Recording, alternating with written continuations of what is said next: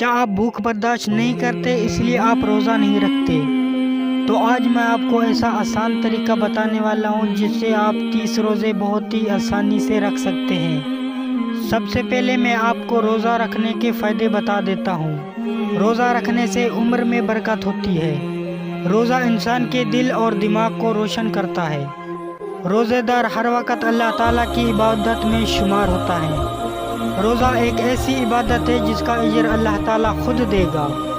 تو روزہ رکھنے کا طریقہ کچھ اس طرح ہے۔ آپ نے صحیح ٹائم پر اٹھ کر روزہ رکھنا ہے، اور آپ نے صبح سے لے کر دوپہر تک سونا بالکل بھی نہیں ہے، اور پھر آپ دوپہر کی نماز ادا کریں، پھر اس کے بعد آپ نہا لیں، اس کے بعد سو جائیں۔ پھر آپ نے نماز عصر تک سوتے رہنا ہے، پھر آپ اٹھ کر عصر کی نماز ادا کریں، اور اس کے بعد ٹائم بہت ہی مختصر سا رہ جاتا ہے، تقریباً کلاک یا 1.5 کلاک۔